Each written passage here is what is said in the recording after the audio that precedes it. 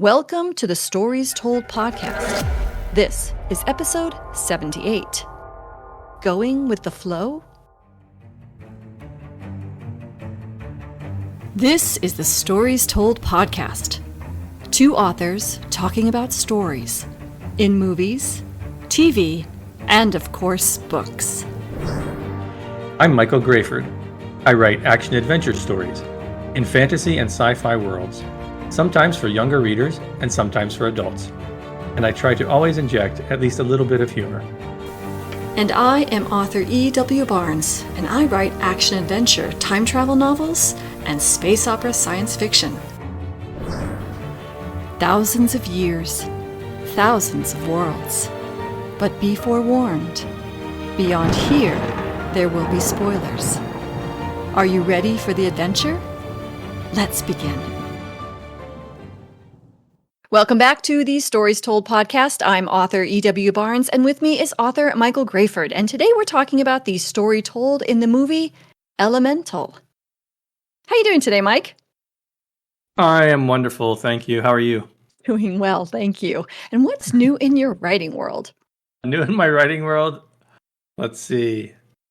I was supposed to say I'm done editing from the last podcast, but no, I'm still editing. I'm getting closer.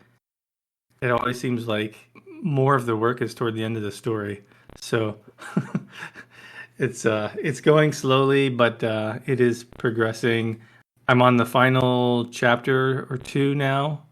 Awesome. But I still have to go back and do the things that ripple through the story. The changes you make later sometimes affect things that happened earlier, so I still got to go back and adjust some of those. So I'm getting close, but not quite there yet. Okay. What's going on with you? You're persevering. That's what it takes.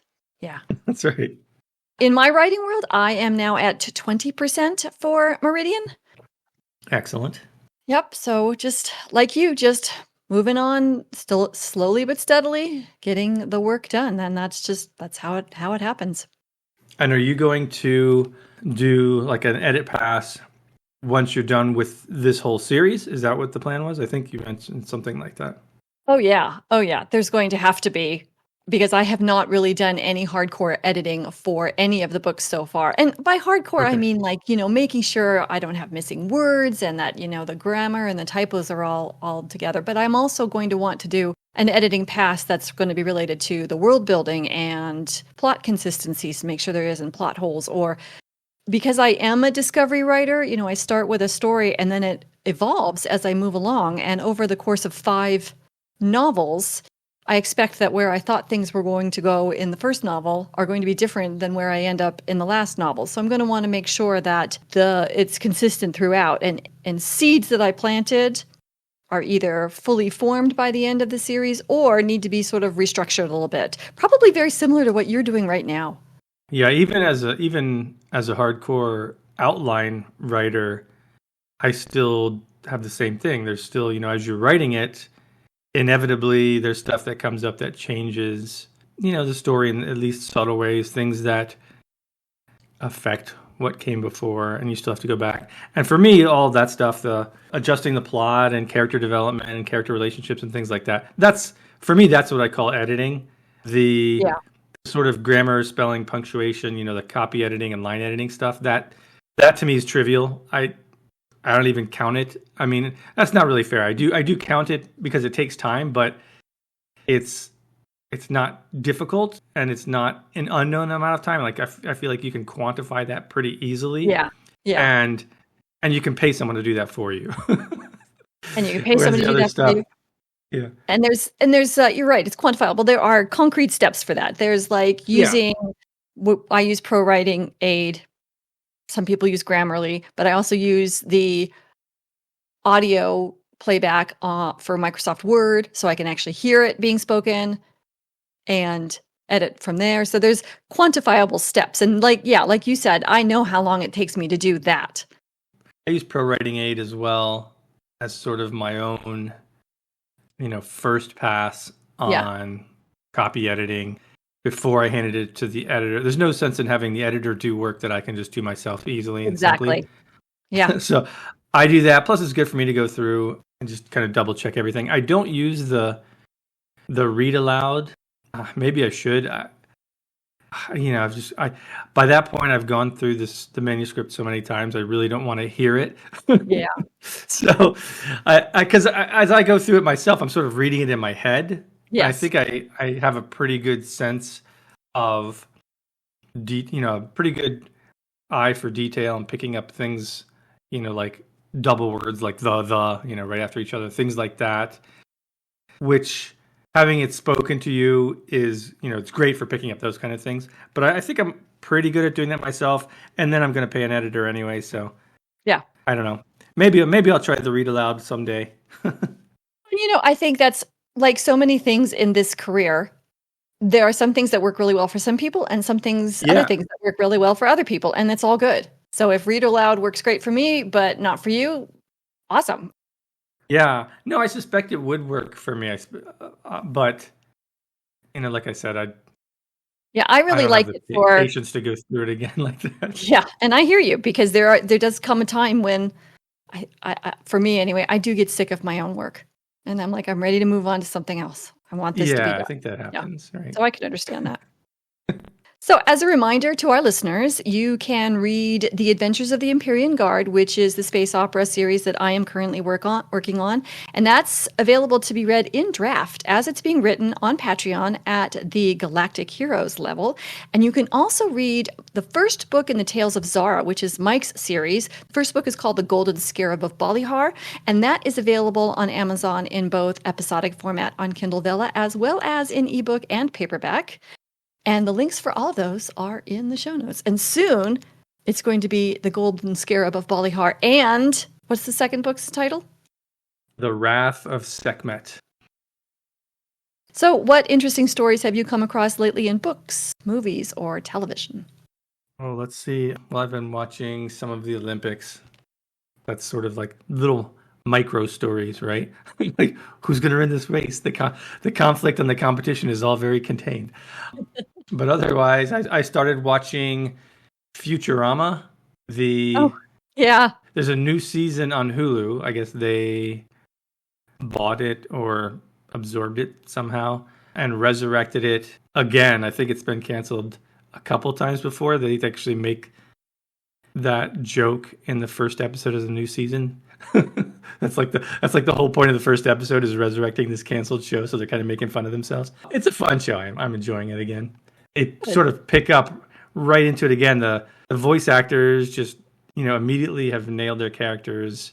They're older now, so a couple of them you can tell differences in their voice, but otherwise they got the characters down. What are you reading or watching? Just the movie for today's podcast. And Okay. I am also rewatching because I just enjoy it sort of as a background, sort of comfort watching, if that makes any sense. Stargate SG-1. I've got that on the background. Yeah, that's good stuff. Yeah, just, when I want something that I don't have to pay that much attention to because I know the episodes so well and I can like do other stuff, but it's there. So yeah, that's been fun. That's cool. Yeah, I remember when we were going through discussing like our favorites and least favorites. Yeah, I was definitely skipping around to see some of the other episodes too. I'm like, oh yeah, that's the cool one. I want to watch that. Yeah, so exactly. I did some of that also. Exactly. So are you ready to talk about Elemental? Yeah, let's do it. Today we're talking about the story told in the movie Elemental, and I will read the summary that comes up when you type Elemental into Google. In a city where fire, water, land, and air residents live together, a fiery young woman and a go-with-the-flow guy discover something elemental. How much they actually have in common. Did you like this movie? Yeah, I'd say overall I like this movie. As we discuss it, I'll have a lot of things in the what I would improve section. but overall I did like it. I did enjoy it. Let's talk story stuff. I think it does a good job of setting up our initial world and characters. Once again, it's like we're going into a new world and we get introduced into that world with characters who are also experiencing it for the first time. We get to see this couple go into the elemental land. I forget what you just called it. And we see like the layout, brief layout of the city, and them struggling to get, find a place to stay, and they set up a shop. So we kind of get introduced to it through them, which I thought was really cool. The world is very beautiful, like visually. It's Pixar rarely fails to disappoint, or rarely disappoints. That's what I'm looking for. In that regard, they're sort of the top of their game in visuals, and I think for me, this worked really well in this movie. I really like the colorful take on things. I really like the animations. I know this isn't necessarily story, but it kind of feeds into it. And it's such a nice change from a lot of recent movies that I've seen. They tend to be like dark and gritty, and it's like half the time I can't even see what's going on. So it's nice to see a movie where it's like every frame I can tell what's happening. it's a nice change. It's sad that that is something I need to point out. I like that they set up the issues with Ember early on, our sort of main character. We get to see her anger issue, her sort of temper, the kind of explosion that she goes through occasionally. So we know that something is stewing there, but we don't really know why at first that she's like that. And it sets up, of course, sort of via her mom, that she's single. And those things are going to come together later, which of course they do. And I really liked, speaking of Ember, I liked the name, her name. I liked a lot of the names in this story. Ember, yeah. And their last name Lumen, and Bernie and Cinder, Wade Ripple and Fern. They had a lot of fun with this, and I think, that really worked. So I like that. And there's a lot of good elements they touch on throughout the story, which maybe we'll hit a little bit later in themes. We'll see what you came up with. But things like, immigrants, right, trying to fit into this new place and make their way in this new world. They touched on growing up in different classes, within the society, overcoming bigotries, learning to live with people who are different than you. There's a lot of good little themes that they have spread throughout the story. And one of the things I think they did well, which a lot of Pixar movies do, I think Pixar is at its best, actually, sort of with their endings. They tend to bring everything together really well at the end. And I think this one worked pretty well in that regards also. Overall, I think there's a lot going on in this movie, a lot of good things in here, and there's a lot of potential in this movie. It didn't blow me away, but it was cute, it was fun, and I liked the message, which we'll talk about later when we discuss theme. So what about you? Did you like this movie, and what aspects did you like? Yes, I did like this movie. Like you, I wasn't blown away, but I thought it was a very pleasant, fun movie to watch. It was not, the waste of an evening watching this movie. I thought it was, a fun thing to watch. A good, solid, above average film is how I think I would define it. I thought the world building was, like you said, beautiful and very well done because, when you're looking at world building in a visual medium as opposed to a written medium, that has to be incredibly detailed. And that well-built worlds have a lot of detail, and this did. Beautiful detail. I thought it was incredibly well done, how detailed the world was. So well thought out about how each of the elements would contribute to the world. Mostly. We got to see how water contributed to this world, how land contributed to the world, how air contributed to the world. There was less contribution from fire, which I think was part of some of the issues in the story itself that we can talk about in a little bit more detail later. And also, as you said, the characters were very well developed. They were very identifiable. You could understand and relate to them almost immediately. There was, there weren't that many. I think maybe 10 total that we interacted with. And we got to interact with mostly water characters and mostly fire characters, but we got to see some air and we got to see some land. And each of those characters were well developed and identifiable. And I thought that was really well done, especially for how short a period of time we saw the land and the air character. I mean, it was a very short period of time, but they were still recognizable and well developed, even in that very short period of time. So I thought that was really well done. And the story has a lot of heart, which is something that I think Pixar, like you pointed out, does incredibly well. They understand interpersonal interactions and maximize that to make their stories feel very warm and full of heart. And I appreciated that. I liked how we got to see how the elements brought value with who they were and how they were constructed in this story. And like you pointed off, I really enjoyed how the setups were very well paid off, for the most part, very well paid off throughout this story. So I think it was a good, solid story, and it was an enjoyable watch. So was there anything that you might have changed as a writer? Yeah, there's a number of things, and I'm really curious to see what you say, because I think we're coming at this from two different viewpoints. So maybe we'll flesh out something really good here. So for me, one of the biggest things I felt at the end was that there was something about the plot that didn't pull me forward as much as I would have liked. I felt it kind of not dragging, but it definitely felt a little slow and lacked some impetus for me.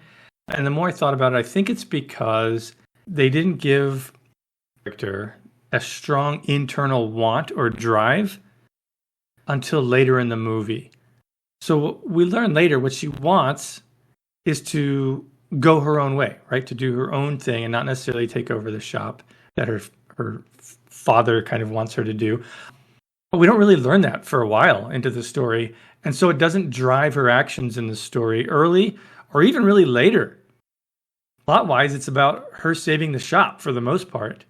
So one of the things I would change is I would have made her dissatisfaction with her current state more obvious from the beginning. So we have a sense of her internal conflict, and maybe we see why she's having these temper explosions.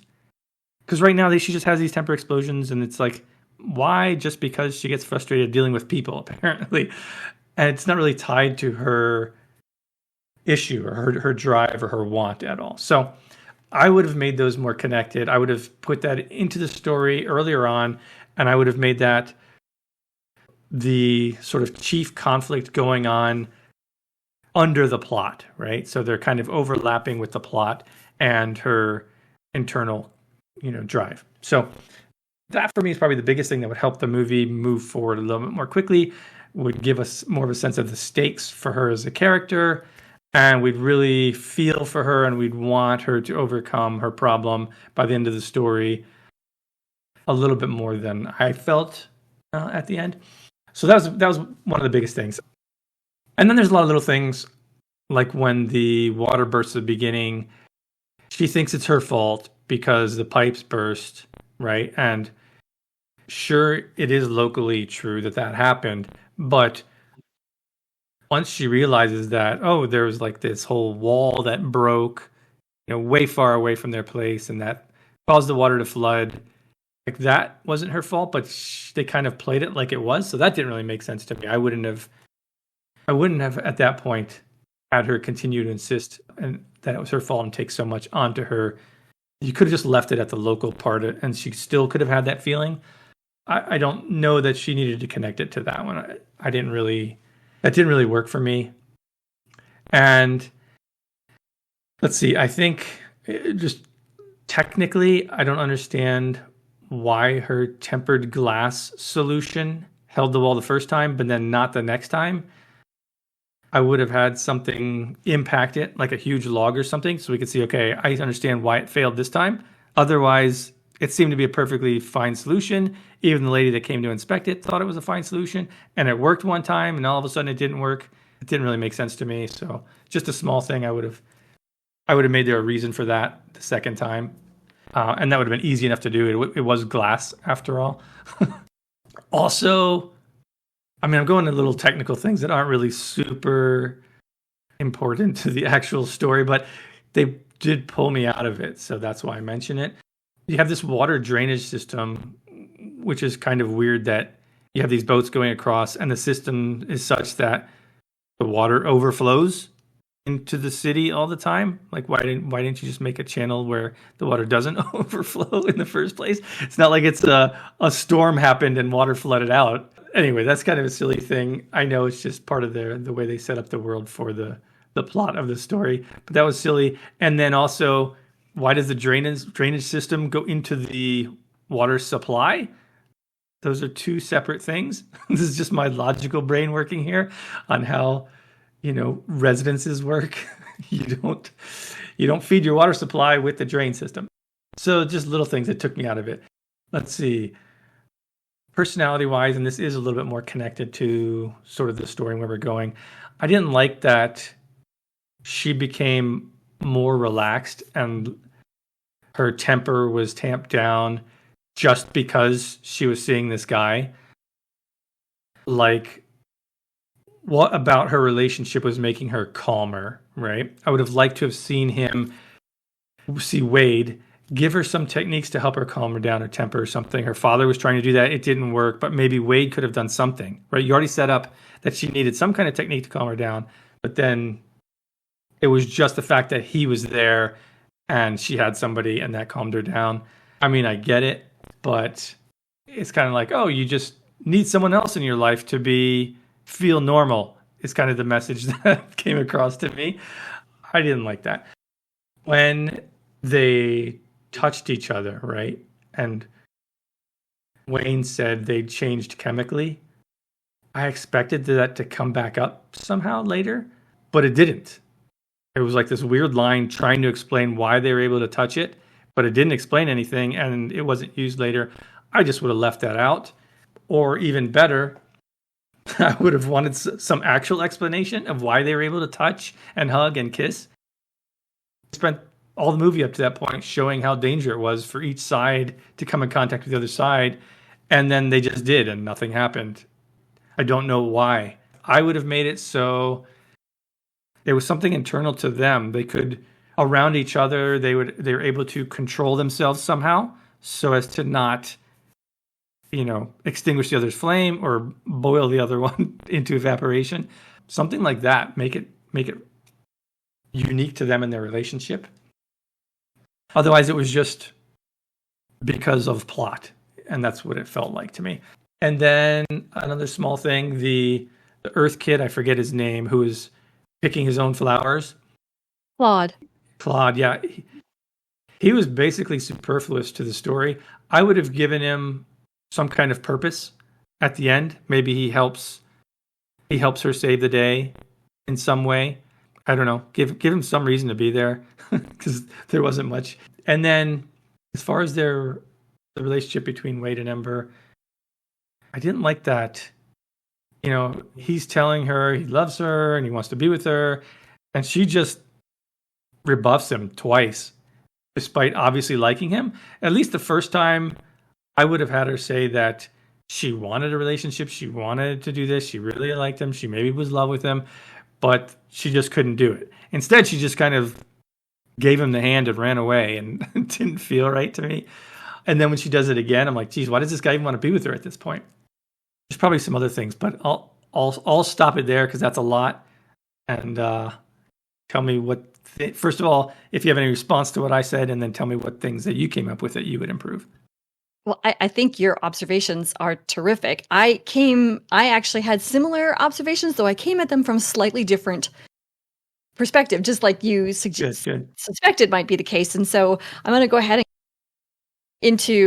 I made some notes about what you said. I'm going to kind of jump into the notes that I made and how they sort of dovetail with yours. You were talking about her want and how it didn't show up until about halfway through the movie. Right. And I agree. And what I would have liked to have seen is, I said how they showed how the elements had value, like water provided the transportation and air provided, everybody had their own value that they brought to this town. But you didn't see much about how fire's value, right. What was valuable about fire until about halfway through when she starts making art. Wouldn't it have been cool if in the shop she was creating art and selling art, and art was part of what was being sold in the shop, and you could see the value that she was bringing to the table? Right, and show that she was getting such joy from that, and in seeing people's reactions to it. Yes. And then we would have had that seed planted of what her want was. So I Yeah, think that, exactly. Yeah, I think that's a perfect solution. We did see her like reforming some broken stuff, but there was no sense that she got any satisfaction from doing it, or or that any it was a pleasure particular or joy from gift. doing it. Yeah, Yeah.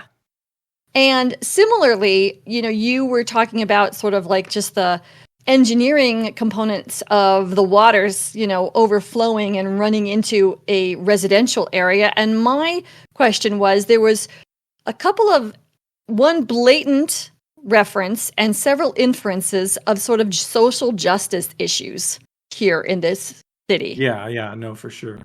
For me, this was a setup that was not paid off. Yes. In that the air gal, the supervisor, coming to look at this door that was sealed by the glass. Where was the order to have it actually replaced so that that would never happen again? So that the Right. community that the fire people live in isn't just a downtrodden community at risk of being flooded in a way that will kill them. They alluded to this, and I don't think, I want to make it clear here, I don't think that it was actually necessary to the story to have the social justice component incorporated, but they put it in and then They brought didn't it up. finish the story. Yes. And that's what I thought was problematic, and the same thing goes with the Vivisteria scene. She wanted to see the Vivisteria, the special plant, and she was told she couldn't come in because she was fire. Okay, that was your blatant sort of, this is a social justice theme that they gave us. And then Wade took her to see it. Now, I thought that was a great scene, but I thought the timing of that scene was terrible. She had just come to break up with him. I would have loved if they had taken that Vivisteria scene and moved it much earlier into the show into the movie to show the growing development of the relationship and the romance. That was a huge gift that he gave her. Yeah. And not have done it after she said, I'm going to break up with you, because it almost felt a little manipulative. Okay, I hear you, but here, let me see if I can convince you to stay. Now, Wade, that's not Wade's personality. Yeah. But it still was very strangely placed in the story. And I would have moved that earlier and then had it been part of the buildup of the relationship and the romance. Yeah, that's a good note. For her temper, it almost felt like it, and eventually we learned that the temper is part of what I pulled as a theme from the story, and I'll be interested in hearing what you thought. But at the beginning, I just thought it was part of the characteristic of the fire element. So I was like, okay, this is just part of what the fire people do, and she has to learn how to control it. Or does she have to learn how to control it because she's in this place where people aren't expecting fire? Or, it wasn't clear to me that her temper was something outside of just something that she needed to, just like a sign of maturity in the fire people to get it under control. Or whether it was something unusual. That wasn't clear. So that made it hard to then track her character arc. Yeah, that's true. I think that's part of the problem I have with it. It's like they clearly set it up, right? It's like, okay, this is obviously going to come into play later, but we didn't get the why. Like, why is she this way? And I'm sort of like you. I'm sort of tying it to her growth in the story, because like that's what stories do. So, but it really wasn't laid out that way. I feel like I'm connecting dots that they didn't really. Dots that were farther apart when there maybe should have been one or two in between to show us the connection. Yeah. Yeah. So how about theme? Did you pull anything? Yeah. Yeah, I mean, I touched on some of the stuff before, like you said, with social justice and overcoming bigotries, and there's a heavy theme of immigration. But I think for me, the theme of the story is exemplified in the main character's trajectory, which what I pulled out of it is you have to choose your own path in life to achieve true happiness, which I think is a great theme. I really like that. I think that's a good message. You don't necessarily have to do what is expected of you, right? And that's a hard thing for people to learn and accept, especially, when you're younger and you have these expectations put on you by your parents or, other authority figures. So I think that's a good one. I wish they had set that up better and tied that more to the action of the plot instead of it just being about saving the shop. that's the theme that I got out of it. What theme did you find? The theme that I pulled, well, I like your theme. I think your theme is really good. And the theme that I pulled was that honesty begins with oneself, because she was not honest with herself about not wanting to run the shop, which then made her not honest with her parents, and even to a great degree, not honest with Wade. And so once she learned the lesson, it was to be honest with herself, so then she could then share her honesty with the people she cared about. That's a good one. I feel like the filmmakers weren't honest with us about that being an issue for her. Because it starts off and it's like, she seemed perfectly content working in the store. She did. It seemed like she was ready to take over the store and she couldn't wait. We got all those scenes from her childhood. And she was asking, "Oh, is it time? Can I take it over? Can I take it over? Can I take it over?" And then it's like, "Oh, that's not what I want." Where did that come from? Yeah. If we had those scenes from her childhood instead of her creating art. Yes, correct. And then having her parents say, "Come help with the shop," and she'd be like, "Oh yeah, I'm coming," and leaving the art behind reluctantly. Then it would have made a lot more sense. Yeah, I think that's why I say I think there's a great potential in the story. There's a lot of good elements to this. I do feel like they missed the mark pretty significantly, and this could have been a really great movie had the elements that we talked about come together a little bit better. Because as it was still, like you said, it was still an entertaining movie, still enjoyable to watch. You still kind of, like, at least I liked the end and how they come together and how she accepts who she is and wants to move on and wants to have a relationship and she bows to her father. All that stuff was good. I just don't think they set it up or carried it through the story as well as they could have. So as a writer, what do you take away from Elemental? Oh, I think for me, it's what we just talked about. I think it's making sure that your character progression in terms of their internal transformation, seeing their want either paid off or not paid off, and getting what they needs to be integrated into the plot and needs to be set up early on so that we understand the stakes, we understand the personal stakes for the character, and we really want them to succeed. That's kind of a long-winded takeaway, but there you go. What is your writing takeaway? It's essentially the same thing. Just keep it tight.